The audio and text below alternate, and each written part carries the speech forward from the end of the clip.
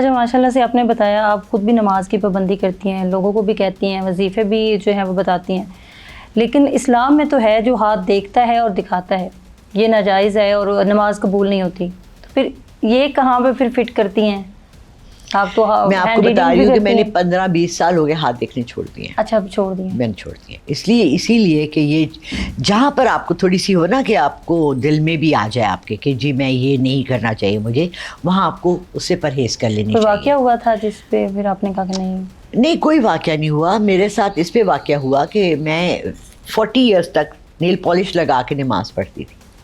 اچھا. اور میرا کزن ہے، میرے ابا کے فرسٹ کزن ہے، وہ جماعت اسلامی کے بہت بڑے لیڈر ہیں. ٹھیک ہے، اگر میں نام بتاؤں اور آپ نیٹ پہ دیکھیں نا آپ حیران رہیں کہ آپ ان کی کزن ہیں. وہ میرے ساتھ لڑتے تھے اور میں ان کو کنونس کرتی تھی کہ میں جائز کرتی ہوں بیکاز نیل پالش کے اندر کوئی چیز نہیں جا سکتی، ناپاکی نہیں جا سکتی. یہ میں وضو کر کے پاک ہو کے نیل لگاتی تھی، یہ صاف ہے.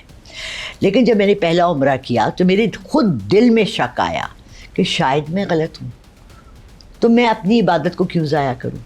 تو جب آپ کو خود آپ کا دل کچھ کہے نا، مان لینا چاہیے. پھر آپ نے وہ بات مان لی اور اس کے بعد میں نے پالش نہیں لگائی. اچھا اب آپ کی پریڈکشن کی طرف آ جاتی ہیں. سب سے پہلا جو آپ نے پریڈکشن کی تھی اور اس نے آپ کے حوالے سے بڑی عجیب قسم کی باتیں بھی کی تھیں کہ کدھر ہے وہ مائی جو میری طلاقیں کروا رہی ہیں.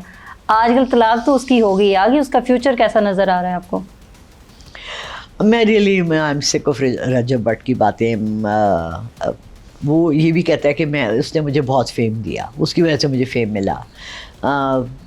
آئی وش کہ جو آپ کو ملا. ہاں وہی اس نے اپنے ایک دو اس میں کہا کہ جی لوگوں نے اس کے جو فینز ہیں نا انہوں نے انٹرویوز بنائے کہ جی یہ میڈم صرف اس کا نام لیتی ہیں اپنی مشہوری کے لیے. آئی وش، مجھے افسوس اس بات کا ہے کہ جب میں نے یہ ساری باتیں کی تھی تو اس کے اندر میں نے یہ بات بھی کی تھی کہ اگر رجب بٹ اپنے کو تھوڑا سا بدل لے، اپنی انانیت، اپنی خودسری، اپنا دکھاوا تھوڑا کم کر لے تو اللہ کی رحمتیں اس کے ساتھ ہیں. اور میں نے یہ بھی کہا تھا کہ ایمان کو نہ لائے میڈیا میں. میں نے یہ بھی کہا تھا کہ یہ اس کی بچت ہے اگر یہ اللہ کی تھوڑی سی رضا میں راضی ہو جائے. مگر اس نے اپنے کو چینج نہیں کیا. تو مجھے کوئی خوشی نہیں ہے اس کے طلاق دینے سے. مجھے دکھ ہے کہ ایک گھر ڈسٹروائے ہوا کسی کے غرور سے، کسی کی بے وجہ فضول باتوں سے. آپ یہ بتائیں صرف سمیرہ اس نے کوئی وجہ دی طلاق دینے کی؟ آپ یہ دیکھیں کہ اتنا پبلک فگر ہے وہ لڑکا، اس نے ایک انٹرویو میں یہ نہیں بتایا کہ میں نے کیوں دی. نہ اس سے کسی نے پوچھا کہ آپ نے کیوں طلاق دی، آپ کی بیوی میں کیا برائی تھی، کیا کمی تھی، کیا تھا. وہ بچی تو بیچاری یہ واپس آیا لنڈن سے کھیل کھلا کے، دبئی سے، جو بھی اس نے کیا وہ یہ خود زیادہ جانتا ہے بہتر کہ اس نے کیا کیا. اس کے بعد بھی اس نے اس کو ایکسیپٹ کیا، بیٹے سے ملایا، اس کے گھر گئی. پھر اس نے کیا کیا؟ آپ کو نہیں لگتا کہ اس کی فیملی کا بھی اس میں کہیں نہ کہیں حصہ ہے طلاق کے؟ لڑکی کی فیملی کا نہیں، رجب کی فیملی کا، اس کی ماں، اس کی بہن، پورا. دیکھیں آپ یہ کہ ایک بات کو میں آپ کو 100% بتاؤں، جہاں بھی گھر تباہ ہوتے ہیں نا اس کے پیچھے ماں باپ کو قصوروار ضرور ٹھہرانا چاہیے. ہم اپنے بچوں کو جو دیتے ہیں وہی بچے ہمیں واپس دیتے ہیں.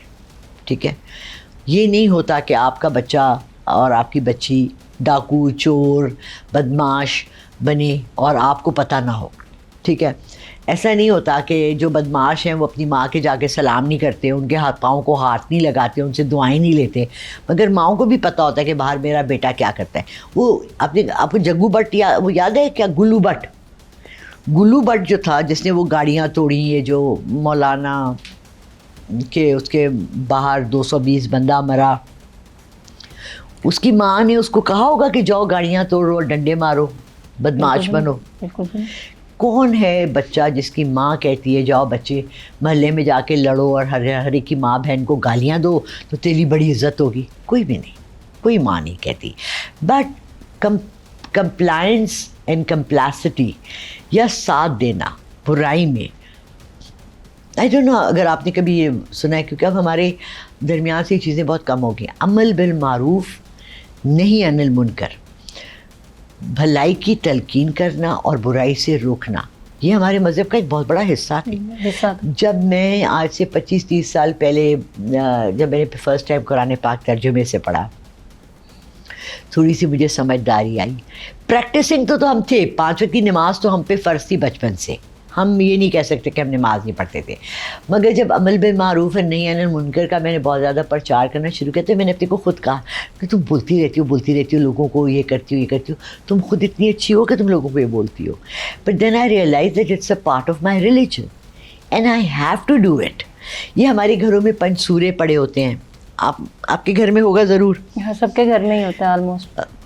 دعائے گنج بخش ہے، دعائے ماہی ہے، اس میں اس سے پہلے جو کہانیاں ہیں کہ وہ ایسے تھا، مچھلی پکڑی گئی اور انہوں نے یہ کیا اور اس پہ یہ بنا، ایک دعا بنی اور دعا آسمان تک پہنچی. اور اس میں سے ایک دعائے قضا ہے جو میں بہت زیادہ پڑھتی تھی ایک وقت میں. لیکن پھر میں نے کیا کیا کہ میں نے اپنے کو جب میں نے ترجمہ قرآن کا پڑھا اور میں نے کہا اس میں اندر اتنا کچھ ہے، اتنے خزانے چھپے ہوئے ہیں، تو میں اسی سے کیوں نہ لے کے. تو میں اس کے بعد سے 20 سال سے میں سوائے قرآن کے اور اللہ کے 99 ناموں کے میں کچھ بھی پڑھنے کو نہیں دیتی، کیونکہ you have to be very careful. کہاں پر آپ بدعت شروع کرتے ہیں، کہاں پر آپ سپرسٹیشن شروع کرتے ہیں. جیسے ابھی میرے جوتے پہ جوتا آیا اور میں نے آپ کو کہا کہ سفر کی نشانی ہے. ہم چھوٹے ہوتے تھے، کنگھی گری، ارے آج مہمان آئیں گے، یہ باتیں تھی، کب آیا، کہاں بنیرے ہوتے بولدا، مہمان آئیں گے، اس طرح کی باتیں. ان میں کوئی برائی نہیں ہے، ادھر جسٹ کانسیپٹس، جسٹ سپرسٹیشن. اور میری بیٹی عمان میں رہتی تو کہتی تھی امی ہم تو کچھ نہیں کرتے، فلپینوز میں جتنے ہیں. آپ کو حیرت ہوگی کہ ان کی تو چمچ دال یوں کرو اور ایک والا باہر گر جائے تو کہتے تھے آج یہ ہو جائے گا، ان کی چھری یوں رکھ دو تو کہتے تھے یہ ہو جائے گا. تو ہم سے بھی زیادہ کرتے ہیں. تو بات یہ کہ ہر کلچر میں ہر جگہ ہے، بٹ ہم کتنا کلیئر اور کتنا سرٹن اپنے مذہب کو کرتے ہیں یہ ہمارے اپنے ذاتی یقین اور بلیف پر اور ایجوکیشن پر ہے.